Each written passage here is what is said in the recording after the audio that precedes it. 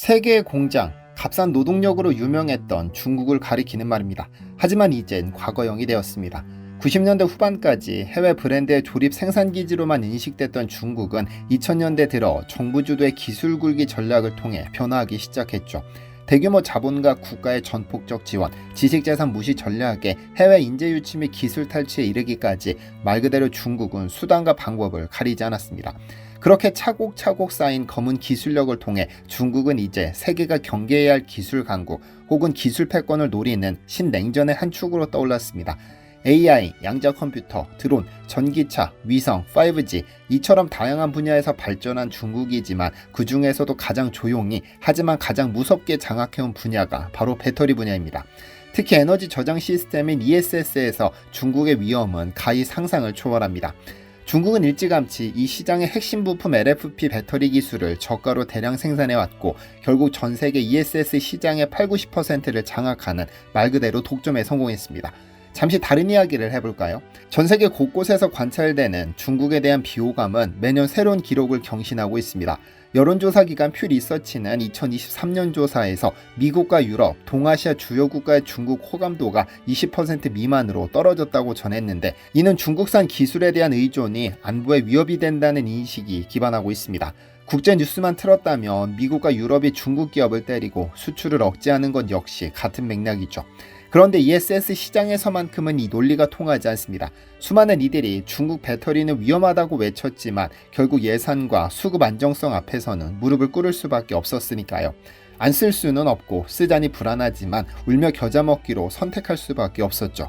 그런데 이 독점 상황을 와르르 무너뜨릴 기업이 등장했습니다. 일본과 유럽, 미국 시장에서 단기간에 10조 원대 수주 계획을 따낸 기업 LG입니다. 안녕하세요, 디스멘털입니다. 여러분 혹시 캐즘이라는 단어를 들어보셨나요? 이는 기술 제품이 대중화되기 전 잠깐 수요가 정체되는 구간을 말합니다. 지난 몇 년간 전 세계 시장을 뒤흔든 전기차도 현재 이 구간에 진입했습니다. 얼리어답터들의 열기는 식고 일반 소비자들은 여전히 가격, 충전 인프라, 유지비 문제로 망설이는 상황. 여기에 세계적인 인플레이션과 금리 상승까지 겹치며 전기차 수요가 급격히 둔화된 것이죠. 2023년 전 세계 전기차 판매량은 35% 증가했지만 2024년 이 수치는 11%로 떨어졌습니다. 주요 완성차 업체들은 투자 계획을 연기하고 인력 감축에 나섰습니다. 테슬라, 포드, 폭스바겐, GM 같은 글로벌 브랜드도 예외는 아닙니다. 이 흐름은 배터리 업계에도 영향을 끼쳤습니다. 한국 기업인 LG 에너지 솔루션 역시 영향을 받았는데 2024년 1분기 실적은 전년 대비 30% 이상 감소했고 연간 기준 약 20% 하락했습니다. 그런데 이때 LG가 신의 한 수를 둡니다. 중국이 지배한 ESS 시장에 진출하기로 한 겁니다. 도대체 ESS가 뭐길래 이렇게 떠들썩한 것일까요? 태양열은 해가 떠야 전기를 만들고 풍력은 바람이 불어야 발전기를 돌립니다. 즉 전기가 필요한 시간과 만들 수 있는 시간이 일치하지 않는 겁니다. 가령 한여름 오후 3시에 에어컨이 몰릴 때는 전기 수요가 폭발하지만 태양광은 구름만 껴도 발전량이 뚝 떨어지는 것처럼 말이죠.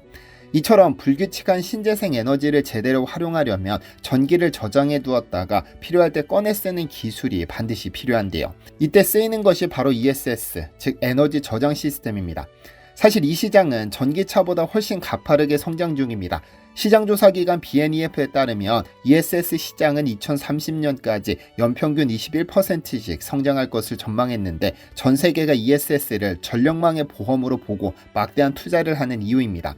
이젠 AI와 연결되어 전력 소비를 예측하고 필요할 때 자동으로 충전, 방전을 제어하고 나아가 전기를 사고 파는 지능형 에너지 시스템으로 진화 중인데요. 앞으로는 에너지 자립형 도시, 마이크로그리드, 그리고 국가 전력망 전체를 뒷받침하는 전략자산으로 ESS가 쓰이게 됩니다. LG는 이 신흥 시장의 잠재력에 주목했습니다. 그리고 전기차용 배터리 생산 라인 일부를 ESS 전용 LFP 배터리 라인으로 전환했죠. 이 선택은 단순히 새로운 제품을 만드는 것을 넘어 공장 설계와 생산 방식 자체를 바꾸는 용감한 결심입니다. 미국 미시간 공장은 원래 전기차 배터리 생산기지였으나 일부 공간을 ESS용으로 전환해 작년 5월부터 상업 생산을 시작했습니다. 폴란드 브로츠와프 공장 역시 유럽 수요 대응을 위해 ESS 생산을 준비 중이고 중국 난징 공장에서도 ESS 배터리를 생산하고 있는데요.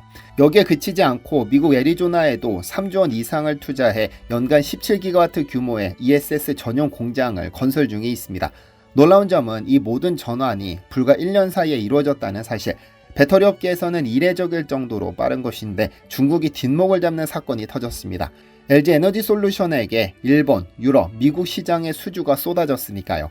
약 2주 전 LG 에너지 솔루션은 일본의 옴론 및 유럽 여러 업체와 총 3조 원에 달하는 ESS용 배터리 납품 협상을 벌이고 있다는 사실이 전해졌습니다. 만약 계약이 성사되면 국내 배터리 기업이 중국의 CATL, BYD, EVE 등 강자들을 제치고 유럽과 일본 기업에서 따낸 첫 ESS용 대형 배터리 수주로 기록됩니다. 그리고 업계에서는 사실상 합의된 금액이 10조 원을 넘어설 것으로 보고 있습니다. 협상 중인 미국과 유럽 기업 물량까지 따내면 수주 금액은 더 늘어나게 되죠. 중국 배터리 거인들의 텃밭에 LG가 균열을 낸 첫 사례로 그간 이 모든 기업은 중국산을 쓰고 있었습니다. 그렇다면 LG는 어떻게 글로벌 기업들의 마음을 사로잡았을까요? 잠시 안내 말씀드립니다. 현재 디시멘터리 채널에서 진행 중인 100년 이상 된 진짜 산삼, 백진산 가정의 달 최대 50만원 할인 행사는 내일 마감됩니다. 그리고 지난 영상 이후로 RG3에 대해서 조금 더 설명해달라는 분들이 계셨는데요. 백진삼을 개발한 안 회장이 산삼 연구를 시작한 이유는 아버지처럼 암으로 사망하는 이들이 없도록 암 정복을 위한 약을 개발해야겠다는 것이었고, 이 과정에서 항암 효과가 있는 것으로 알려진 RG3에 대해 언급했습니다.